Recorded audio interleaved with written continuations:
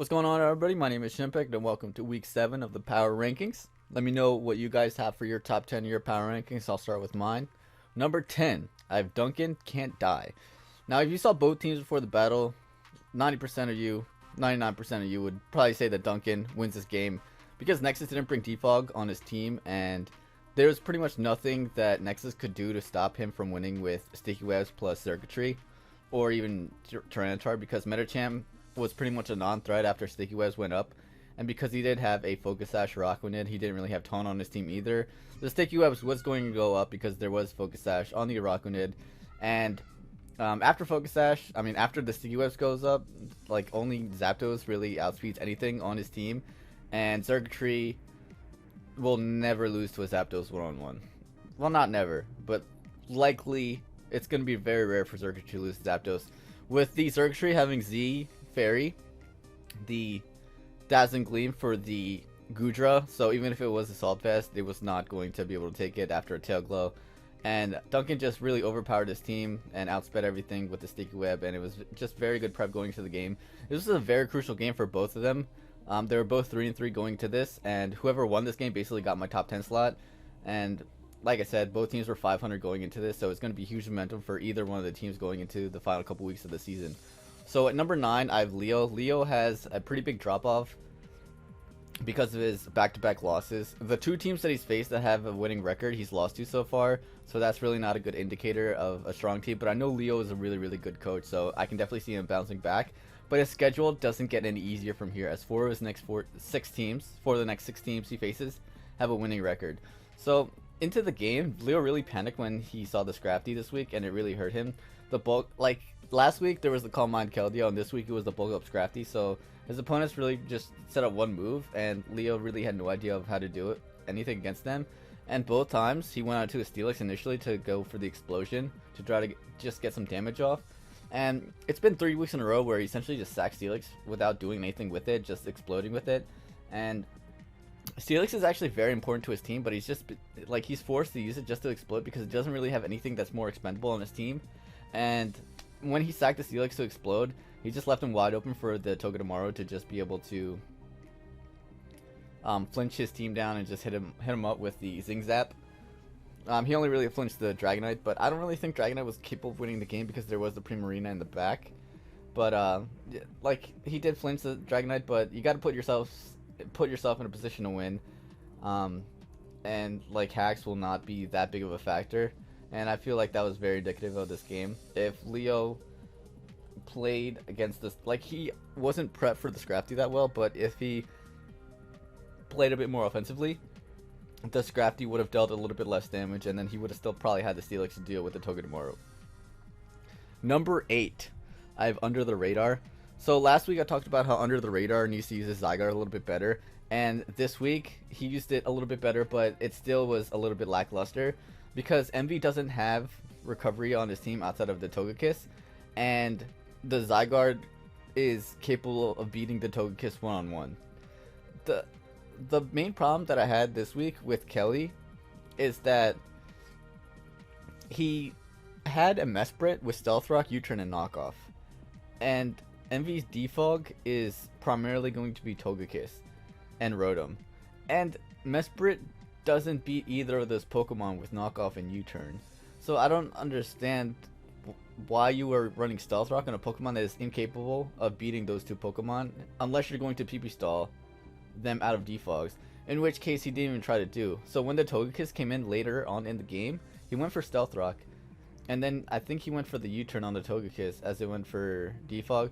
I know that he had an opportunity to go for Stealth Rock against Togekiss when it was at like 10 HP, and instead of going for Stealth Rock repeatedly before it died, even though the Togekiss was faster, he was still going to be able to get up to Stealth Rock because Stealth Rock has more PP than Defog, and he would have been able to bring in Darmanitan, which meant that he either sacked the Togekiss, which meant Stealth Rock was going to be up for the rest of the game, which he likely was going to do. So the Togekiss immediately lost 25% of its health, because if you switched out the Togekiss, it would have had to take 25% additional damage the next time they did bring it in. And the Victini also had to take 25% more damage. So that just means overall, like, because if he set up the Stealth Rock and he committed to it, Darmanitan was capable of 2-hit killing everything on his team, and that also meant that Darmanitan essentially died to recoil, and with Stealth Wreck up, he wouldn't have died to recoil, so he would have been able to preserve his Darmanitan's HP as well. Ultimately, like, this game was incredibly close, and I felt like if Under the Radar played a bit better, he would have been able to win the game. It was essentially like if one Stone Edge hit the Togekiss, or if one Air Slash didn't flinch him, then he had the game in the bag.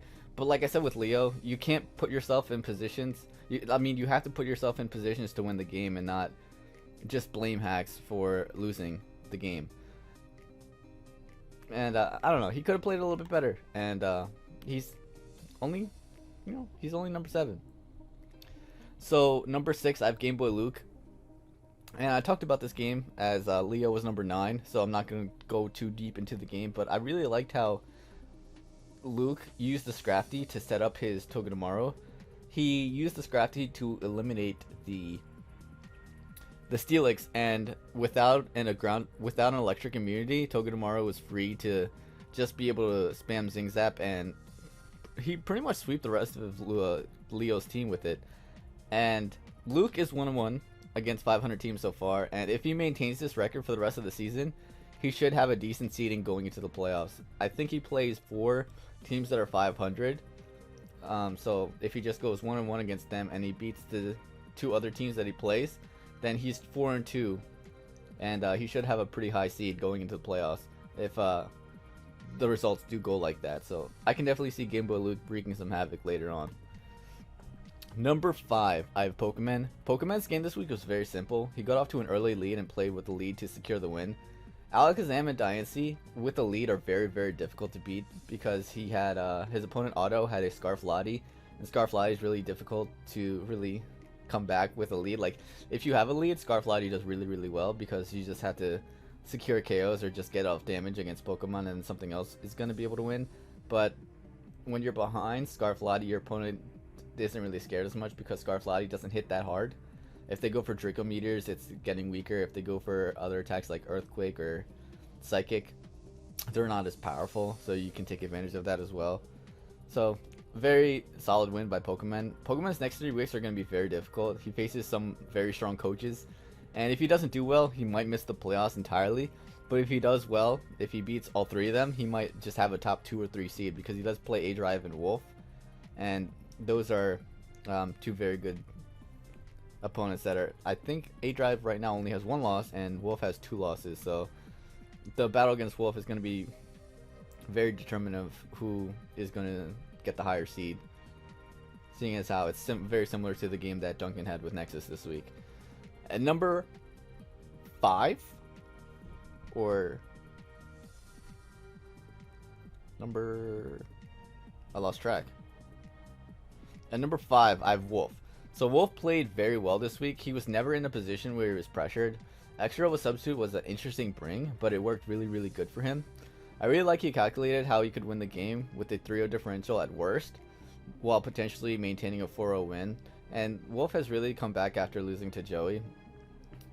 And he also suffered another loss that I felt like I feel like it was just because of the fact that he lost to Joey that he suffered that other loss, and he's really bounced back from that with a 4-0 win against K-Cray. So I really expect Wolf to do really, really well for the rest of the season. He does play Pokemon in a couple weeks, so like I said, they both have 2 losses so far. If they maintain that, then that game is going to be very, very important for the playoff seeding. So at number 4, I have A-Drive, and Kyurem and Zygarde, I believe, are very, very similar Pokemon. And like I said with Kelly, he needs to use his Zygarde a bit better. And A-Drive, on the other hand, uses his threat really, really well. Unlike last week, he didn't let his Kyurem take a lot of damage. Last week, he let his Kyurem get toxic, and that really allowed him to suffer. And this week, he learned from that, and he used it aggressively, but at the same time, he didn't allow it to take big hits, unless he's setting up for something else to be able to win the game. So his Kyurem was able to pretty much stop Steve's whole offense by KOing the Swampert and the Politoed, and by preventing them from being able to dish out damage, he was able to win the rest of his game with his other Pokemon. I like how his game plan was to use CB Talonflame to win the game, It was never able to, because he won before. He was able to like really send it out to win the game, but it was very capable of doing so. So this was an excellent bounce back game after his loss last week, and that's exactly what I want out of somebody after they got a tough loss. So excellent job by A Drive. Number 3, I have Envy. So it's difficult to really criticize Envy, but because he's won 2 games back to back after he did suffer that loss. But the thing that I want to say is that even though he's won his past 2 weeks, it's not that I don't feel like he's won the games more than his opponents has really lost the games. So last week he played against Cybertron, and Cybertron clicked Fire Punch instead of Drain Punch on Heracross, and that was a huge momentum shift. And this week I feel like the big momentum shift in this game was not clicking Stealth Rogue against Togekiss with the Mesprit when it was very, very low. And those are 2 very big factors in how Envy was able to win. But outside of that, like, Envy has a very solid command over the Shield division. His differential is insane right now. And he's cutting, the thing is, like, he's cutting it very close with the games that he's playing. Last week he won 3-0, but it could have been very closer, and this week he's only won 1-0. But like, his differential is still very solid because of his early games in the season. Week 9 through 12 will be very difficult for him as he faces some very tough coaches. He's gonna have to step it up just a little bit if he wants to get that bye, and he's obviously in the lead, very solid in the lead to get that bye. So we'll see if he is capable of doing that. Number 2, I have Gator.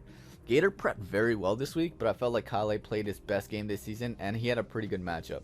So Gator brought Calm Mind offense with Keldeo, Celebi, and Zeraora, which I think are pretty good brings against Rain Team or Sun Team. But Kale brought the one Pokemon that does not care about Calm Mind offense, and he brought a crit Kingdra. Gator managed to keep it under control with Toxic and play the endgame pretty well. The one problem that I have with Gator is that he had multiple opportunities to KO the Torkoal to prevent the Victory Bell from being such a big threat. He didn't Thunderbolt the Torkoal when he had an opportunity to with Zeraora, and with Kangaskhan he Power Punched. So he played against the Torkoal very aggressive, not aggressively, but like very greedily, and he kind of suffered for it because the Zera died to it, and the Kangaskhan, if it got burned, that would have been really, really bad for him. But fortunately, that didn't happen, and he was able to use the Kangaskhan to put enough pressure to win the game.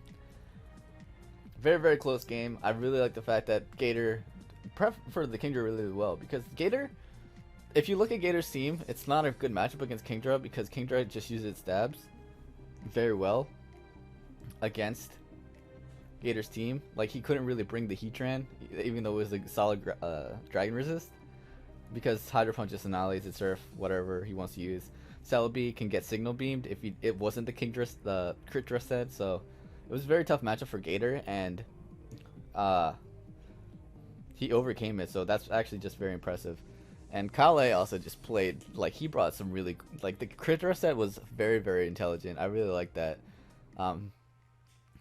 Not very indicative of his record. And at number 1, who else but Joey? Joey keeps the winning streak alive versus Mr. Talent, who had a pretty decent matchup with his Gyarados.